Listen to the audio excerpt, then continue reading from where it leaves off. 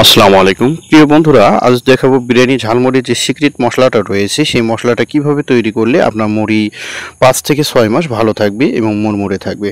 চলুন তাহলে ভিডিওটি শুরু করা যাক।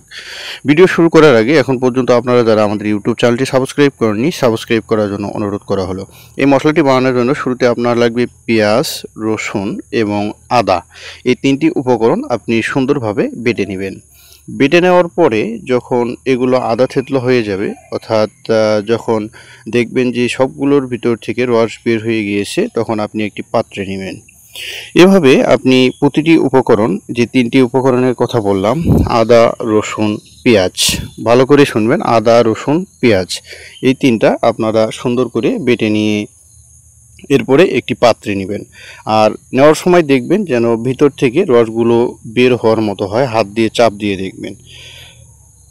দেখতে পাচ্ছেন আমি কিন্তু এগুলো বেটে নিয়েছি শুধুমাত্র আপনাদেরকে দেখানোর জন্য। অল্প অল্প করে নিয়ে আপনাদেরকে দেখাবো যে কিভাবে এই মশলাটি তৈরি করলে আপনাদের মুড়ি ছিটে যাবে না, অথবা একটা যে ঘ্রাণ চলে আসবে সেই ঘ্রাণটি বের হবে এই মশলা থেকে।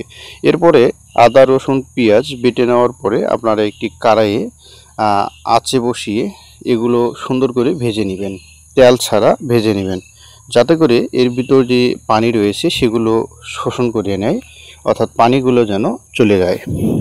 কেননা পানি থাকলে আপনার ওই যখন মুড়ির সঙ্গে মিশ্রণ করবেন তখন কিন্তু মুড়িগুলো ছিটে যাবে, অর্থাৎ মচমচে থাকবে না। এরপরে যখন লালচে আকার ধারণ করবে তখন আপনি পাম তেল দিয়ে দিবেন। এখানে সরিষার তেলও আপনি ব্যবহার করতে পারেন। এরপরে দিয়ে দিবেন স্বাদ মতো লবণ, এরপরে হলুদ দেওয়ার পরে আপনারা দিবেন পাঁচফোড়ন দিলে ঘ্রাণটা একটু বেশি আসে। এরপরে গরম মশলা যে রয়েছে, এলাচ, লং, এগুলো দিয়ে দিবেন।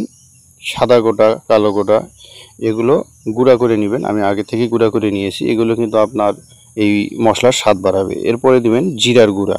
জিরা আপনারা আলাদাভাবে বেটে নেবেন। বেটে নেওয়ার পরে আগে ভাজতে হবে, আগে ভাজে নেওয়ার পর আপনারা কিন্তু বেটে নেবেন। এরপরে দিয়ে দিবেন তেজপাতা।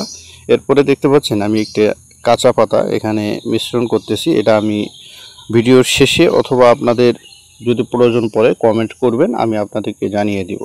এটা আমি সিক্রেট রাখলাম, যাদের প্রয়োজন হবে তারা কমেন্ট করবেন, তাদেরকে আমি পরবর্তীতে এককভাবে বলে দেব। এটা পাবলিক প্লেসে না বলাই ভালো। এরপরে আপনারা দিয়ে দিবেন স্বাদ মতো বিট লবণ। এরপরে যেটি দিবেন আপনারা প্রয়োজন অনুযায়ী ঝাল মিশ্রণ করবেন, অর্থাৎ যে মরিচের গুঁড়া, শুটমরিচের গুঁড়া যে ভেজে নিয়ে আপনারা গুঁড়া করে রাখছেন সেই গুঁড়াটা এখন দিয়ে দিবেন। দেওয়ার পরে আপনারা চুলার হিট মিডিয়াম রাখবেন, একেবারে জোরেও দিবেন না, বেশিও দিবেন না। এরপরে জাল করে নেবেন 3 থেকে 4 মিনিট। আপনারা লক্ষ্য রাখবেন এখন কিন্তু আপনার এই মশলা থেকে একটা মাংসের যে ঘ্রাণ, এই ঘ্রাণটি কিন্তু বের হবে। এই ঘ্রাণটি যখন বের হবে তার কিন্তু 1 মিনিট পরেই আপনাকে অর্থাৎ নামাতে হবে। এরপরে যে বিষয়টি দিবেন সবচেয়ে গুরুত্বপূর্ণ, টেস্টি সল্ট। প্রাণের যে টেস্টি সল্ট পাওয়া যায়, এই টেস্টি সল্ট আপনি নামানোর 1 মিনিট আগে দিয়ে দিবেন। দেওয়ার পরে ভালোভাবে নাড়তে থাকবেন। দেখবেন যেন এই টেস্টি সল্টটি একেবারে মুড়মুড়ে না হয়ে যায়, এর আগেই কিন্তু আপনাকে নামাতে হবে।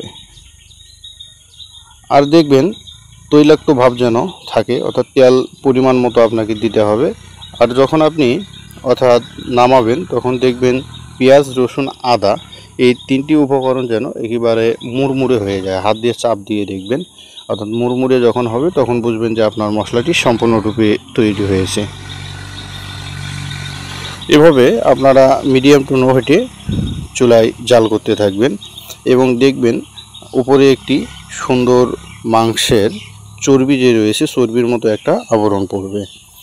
এরপরে আপনারা এটি একটি পাত্রে নিয়ে অর্থাৎ ঠান্ডা করে নেবেন। ঠান্ডা করে নিয়ে আপনারা মুড়ির সঙ্গে মিশ্রণ করবেন। আর এছাড়া যদি আপনাদের জানার কোনো বাকি থেকে থাকে এই ভিডিওর মাধ্যমে, তাহলে কমেন্ট বক্সে আমাদের জানিয়ে দিবেন, আমরা উত্তর দেওয়ার চেষ্টা করব। এরপরে আপনারা এই মশলাটি মুড়ির সঙ্গে মিশ্রণ করবেন। দেখতে পাচ্ছেন আমি দেখানোর জন্য, আপনাদেরকে বোঝানোর জন্য ভিডিওটি করেছি। কতটা কালার, অর্থাৎ কতটা সফট, কতটা গর্জিয়াস কালার চলে এসেছে। এখানে মুড়িটা আপনারা হাত দিয়ে সুন্দর করে মিশ্রণ করে নেবেন যাতে করে দলা লেগে না যায়। আর হ্যাঁ, ইতিমধ্যে আমাদের ইউটিউব চ্যানেলে মুড়ির সঙ্গে মশলা কিভাবে মিক্সার করতে হবে সেটি নিয়ে আমরা অনেক ভিডিও তৈরি করেছি, এগুলো দেখার আমন্ত্রণ রইল। আর আরেকটি কথা, আপনাদের জন্য যদি কোনো প্রশ্ন থেকে থাকে তাহলে আমাদের কমেন্ট বক্সে জানাতে পারেন, আমরা রিপ্লাই দেওয়ার চেষ্টা করব ইনশাআল্লাহ। আর আজকের ভিডিওটি এখানে শেষ করে দিচ্ছি। ভালো থাকবেন, সুস্থ থাকবেন। আসসালামু আলাইকুম ওয়া রাহমাতুল্লাহ।